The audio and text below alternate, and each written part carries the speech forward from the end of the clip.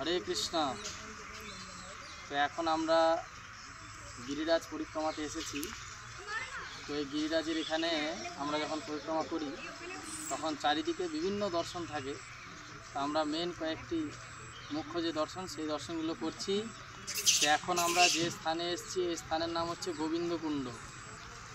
তো এই গোবিন্দকুণ্ডে কী হয়েছিল না, চৈতন্য মহাপ্রভুর গুরুদেব ছিলেন শ্রী চৈতন্য মহাপ্রভু, এবং চৈতন্য মহাপ্রভুর গুরুদেব হচ্ছেন ঈশ্বরপুরী, এবং ঈশ্বরপুরীর গুরুদেব হচ্ছেন মাধবেন্দ্রপুরী। তো মাধবেন্দ্রপুরী তিনি কি করেছিলেন, এই গোবর্ধনের তলদেশে উনি তপস্যা করেছিলেন। তো আমাদের এই বৃন্দাবনের যে ভজন বা এই বৃন্দাবনের যে সাধনা, এখানে সাধনা করা খুবই কষ্টকর। যে কেউ এসে বৃন্দাবন ধামে থাকতে পারে না। বৃন্দাবন দর্শনের মহিমা, বৃন্দাবন ধামবাসের ফল তারা কোনো কিছুই বুঝতে পারে না। তো এই গিরিরাজের নিচে যে থেকে ভজন, এটা বলা হয় অনেক কঠিন। তো মাধবেন্দ্রপুরী তার বৃত্তি ছিল অযাচিত বৃত্তি। তিনি কারোর কাছে কিছু চাইতেন না। তিনি এমনি যদি কেউ কিছু দিত তাহলে তিনি খেতেন, আর যদি কিছু কেউ না দিত তাহলে উনি খেতেন না। তো এরকম একবার কি হয়েছে, উনি প্রায় 2-3 দিন হয়ে গেছে কিছু খায়নি। এখন একজন ছোট গোপবালক তিনি এসছেন, এসে বলছেন, আরে বাবা তুমি কিছু খাওনি, এনাও আমার মা তোমার জন্য 1 গ্লাস দুধ পাঠিয়েছে, তুমি এই দুধটা খেয়ে নাও। তখন মাধবেন্দ্রপুরী সেই 1 গ্লাস দুধ তখন খেয়েছেন, এবং 1 গ্লাস দুধ খেয়ে তখন তার অন্তর থেকে কৃষ্ণ প্রেমের উদয় হয়েছে, তার দেহ পুলকিত হচ্ছে। তখন উনি চিন্তা করলেন যে এই দুধ তো সাধারণ কেউ দিতে পারে না। তখন সে বালককে ধন্যবাদ দিতে গেলেন, দেখছেন সে বালক আর নেই। তখন উনি কী করলেন, রাত্রিবেলায় শয়ন করলেন, এবং শয়ন করার পরে সকালে যখন উঠলেন, সকালে উঠে যখন শয়ন করছেন তখন স্বপ্ন এসছে যে আমি হচ্ছি গোপাল, তোমাকে কালকে দুধ খাইয়েছিলাম। তো আমি এই গিরিরাজের এখানে আমার পুরোহিতরা আমাকে এখানে লুকিয়ে রেখে গেছে জবনদের অত্যাচারে, তো তুমি আমাকে এখান থেকে বের করো। তখন সেই গোপালকে মাধবেন্দ্রপুরী বৃন্দাবনের কিছু ব্রজবাসীদেরকে নিয়ে উনি সেই জায়গা খনন করেন, এবং তখন তাকে সেখান থেকে বের করেন। এবং তখন চারিদিকে খবর হয়ে যায় যে মাধবেন্দ্রপুরী একটি বিগ্রহ প্রাপ্ত হয়েছেন, এবং তখন উৎসব চলতে থাকে। সে অনেক দিন ধরে সেই উৎসব চলে।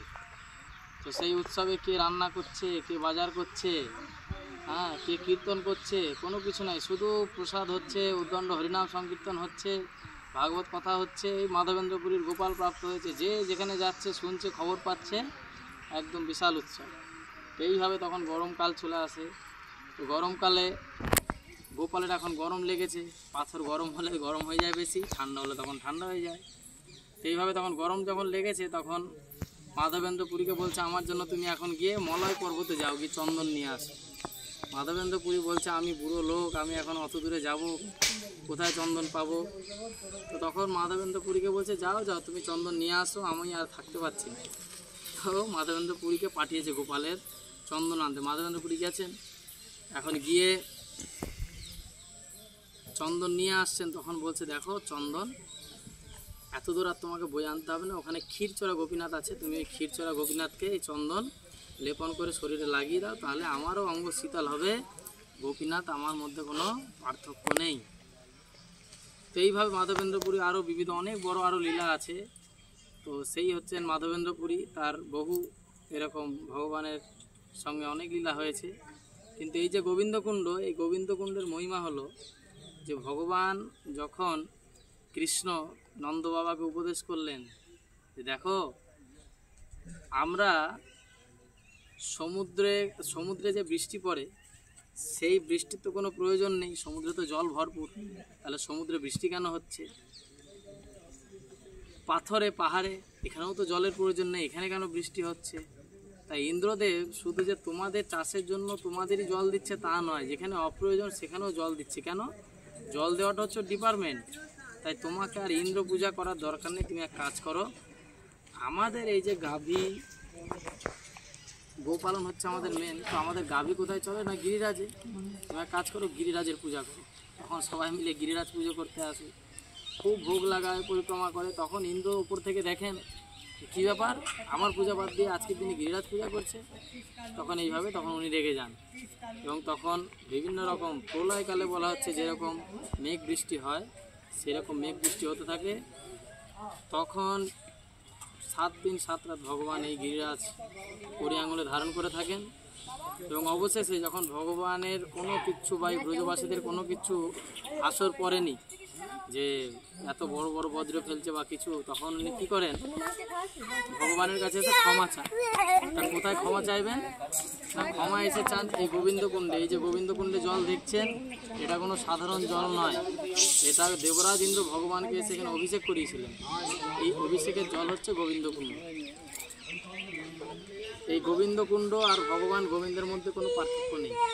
এই ভগবানের গোবিন্দকুণ্ড এত প্রিয়। তো যাই হোক, এই হচ্ছে এখানের কাহিনী।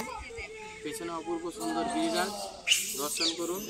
যারা আসেননি তারা আসুন, দর্শন করুন, পরিক্রমা করুন। জয় গিরিরাজ মহারাজ কি জয়, গোবিন্দকুণ্ড কি জয়, জয় শ্রী প্রভুপাদ জয়।